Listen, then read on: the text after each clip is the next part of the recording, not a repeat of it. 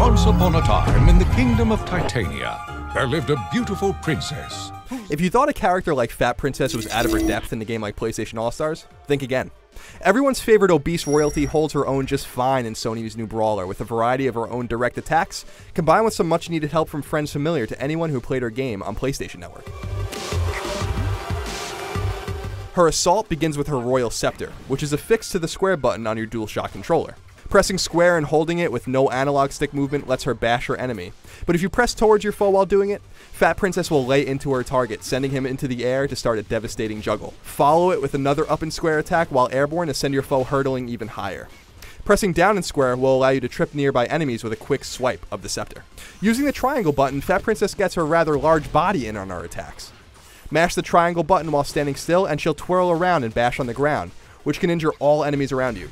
Pressing triangle while holding up will launch the surprisingly spry Fat Princess at her target, sending him backwards. But perhaps the best triangle-based attack is executed while airborne.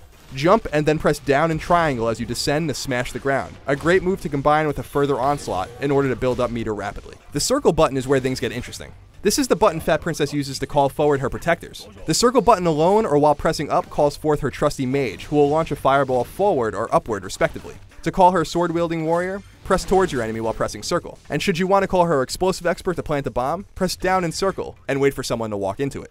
Fat Princess's super attacks vary in their usefulness. The first level attack, Feed Me Cake, is both humorous and effective, allowing Fat Princess to chase a piece of cake set before her, killing all enemies in between her and her precious food.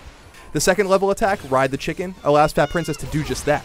Ride a chicken that will kill any foe it strikes. The third attack, Protect the Princess, is interesting, but when compared to the easier to use first and second level attacks, it's not something you should go out of your way to use.